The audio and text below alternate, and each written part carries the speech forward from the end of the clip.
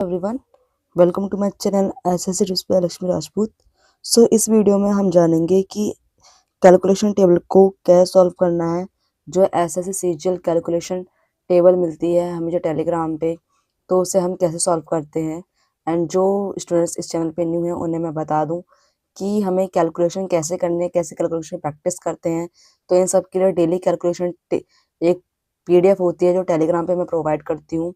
इसका prime batch मैंने purchase कर रखा है एंड मैं फ्री में स्टूडेंट्स को प्रोवाइड करती हूँ। तो उसको कैसे सॉल्व करते हैं, इस वीडियो में पूरा बताने वाली हूँ। एडिशन कैसे करते हैं, सब्ट्रैक्ट कैसे करते हैं, मल्टीप्लाई कैसे करते हैं, डिवीजन कैसे करते हैं, तो सब मैं इस वीडियो में डिटेल में बताने वाली हूँ। वीडियो को पूरा एंड तक देखना। चैनल पे न्यू हो तो चैनल को सब्सक्राइब जरूर कर लेना। ओके, देखो यहाँ पे सबसे पहले हम आते हैं एडिशन पे कि एडिशन कैसे करना है हमको। सबसे पहली बात, इसमें आपको ज़्यादा ओवर माइंड नहीं लगाना है। आप जिस तरीके से बेसिक तरीके से चीज़ों को सॉल्व करते आ रहे थे, आपको उसी पे कमांड अच्छी बनानी है।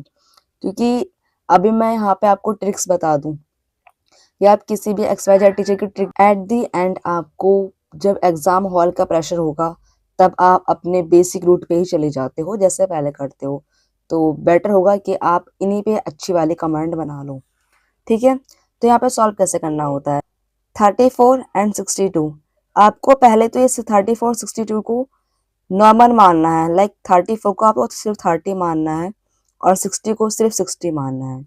ठीक है, तो आप कहेंगे 30 और 60 90 और ये 96, ऐसे ही 30 और 50 80 और 87, इसी तरीके से सॉल्व करना है। यहाँ पे हो जाएगा 61, 34 और ये 7 41 और ये 71, ऐसे ही यहाँ पे आप सॉल्व करेंगे।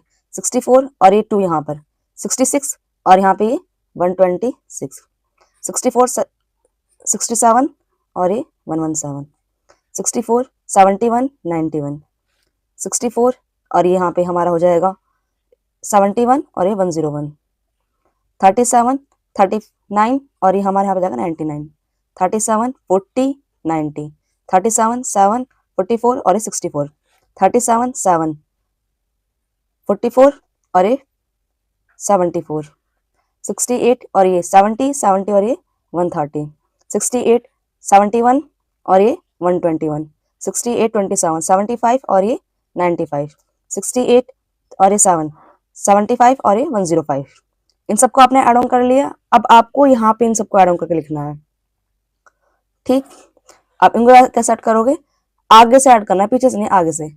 और मुझे कंफर्टेबल आगे से ही लगता है बिकॉज एग्जाम में यही बेनिफिशियल रहता है एंड मैं एग्जाम में इसी को फॉलो करती हूँ, तो इस वजह से मैंने इसकी हैबिट बना रखी है।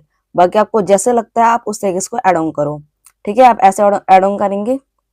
यहाँ पे 6 है, यहाँ पे 8 6 14 14 और 21 21 और ये 30, 9 15, तो यहाँ पे हो जाएगा 315। ऐसे ऐसे यहाँ पे ऐड करके लिखेंगे। अब यहाँ पे इनको ऐड करके लिखेंगे। 12 9 21 30 और ये 43, 12 21 और यहाँ पे हो जाएगा 21 और यहाँ हो जाएगा 451। इस तरीके से इनको यहाँ पे ऐड ऑन करके लिखेंगे, इनको यहाँ पर और फिर ऐसे यहाँ पे और ऐसे यहाँ पे। अब हम बात करेंगे सब्ट्रैक्शन कैसे करना है हमको। सब्ट्रैक्शन के लिए आपको टेबल मिलेगी। ठीक है, तो इस टेबल का सॉल्व करेंगे। देखो यहाँ पे आपको अपने आप देखना है। ठीक है, डिजिट माइनस में नहीं लिखनी है, डिजिट पॉजिटिव ही लिखनी है आपको। यहाँ पे बस आपको देखना है, छोटा बड़ा अपने आप अकॉर्डिंग देखना है। तो 64 में कितना, यहाँ पे 68 और 64 में कितना गैप है, 4 का। इस तरीके से लिखना है आपको। ऐसे यहाँ पे कितना गैप है, यहाँ पे 11 का गैप है। यहाँ पर 7 और ये 37 का गैप है। यहाँ पर 6 और ये 26 का गैप है। इस तरीके से यहाँ पर 9 और ये 2 और ये ऐसे, इस तरीके से आपको चीज़ लिखनी है। ठीक है, बस इसको ऐसे नॉर्मली सॉल्व करना है। आपको ये चीज़ें एग्जाम हॉल में प्रॉब्लम ना हो, एकदम से आप जल्दी से लिख सको। इस वजह से डेली प्रैक्टिस के लिए कैलकुलेशन प्रैक्टिस हमें करनी होती है। अब हम बात करते हैं मल्टीप्लिकेशन की। तो मल्टीप्लाई कैसे करना है, नॉर्मल जैसे आप मल्टीप्लाई करते हो। ठीक है, इस तरीके से यहाँ पे 8 चौक 32 का 2, यहाँ से 3, 8 चिंग 48, 3 चौक 12, 3 चिक 18, और ये यहाँ पे लिख दिया 2432। इसके लिए एक ट्रिक भी होती है 2 मल्टीप्लाई वालों की, मैं यहाँ बता देती हूँ आपको। आप उसको ही फॉलो कर सकते हो अगर आप चाहो तो। वैसे मैं तो पर्सनली नहीं करती हूँ, मैं ऐसे ही मल्टीप्लाई करती हूँ। बाकी आप यहाँ पे देखो, पहले इसके इससे करेंगे 3 अट्ठे 24 का 4, 2 कैरी। अब ये मल्टीप्लाई इससे और ये वाली मल्टीप्लाई इससे, 3 तिया 9 और 4 अट्ठे 32, 32 9 41, 41 और 2 43। अब यहाँ पे 4 कैरी, 3 चौक 12, 12 और 4 16। इस तरीके से 43 38 की थी तो 43 38 1634। इस तरीके से एक और एग्जांपल लेती हूँ ताकि आपको अच्छे समझ में आ जाए। 43 और 64 की लेती हूँ मैं, 43 और 64। तो पहले इसकी इससे 4 तिया 12, 1 कैरी। अब इसके यहाँ से 4 चौक 16 और 6 तिया 18, 16। यहाँ पे 4 चौक 16 और 6 तिया 18, 34 और 1 35, 3 कैरी। 4 छिंग 24, 24 और 3 27। इस तरीके से 2752। ओके, अब हम आगे चलते हैं डिवीजन पे। सो डिवीजन आपको कैसे करनी है, डिवीजन अप टू 3 डेसिमल करनी है आपको, मतलब डेसिमल के बाद 3 नंबर आ जाए वहां तक आपको करनी है। एंड कैसे करोगे, नॉर्मल जिस तरीके से आप अब तक मल्टीप्लाई करते आ रहे हो उसी तरीके से करनी है। 63 89, तो यहाँ पे 63 का ऐसे तरीके से जैसे आप करते आ रहे हो उसी तरीके से आपको सॉल्व करना है, ठीक है। एंड अब यहाँ पे कैरी की जरूरत पड़ेगी मेरे को, तो कैरी लेंगे, तो कैरी के बाद यहाँ पे 3 नंबर लिखने हैं आपको, ठीक। इस तरीके से डिवीजन के टेबल को अब हम बात कर रहे हैं सक्सेसिव इंक्रीज और डिक्रीज की। सक्सेसिव इंक्रीज का जनरली हमको परसेंटेज में, कंपाउंड इंटरेस्ट में और भी सिंपल इंटरेस्ट में काफी चीजों में इसका इस्तेमाल होता है सक्सेसिव इंक्रीज का। तो आपको डेली हैबिट में आ जाए, इस वजह से यहाँ पे कैलकुलेशन के टेबल में इसको एड ऑन किया गया है। एंड डिक्रीज का हम डिस्काउंट के फॉर्मूले में इसको इस्तेमाल करते हैं एंड ये काफी हेल्पफुल रहता है, ठीक। अब यहाँ पे देखो कैसे सॉल्व करना है, इसका फॉर्मूला क्या होता है सक्सेसिव इंक्रीज का, ये होता है फॉर्मूला, ठीक।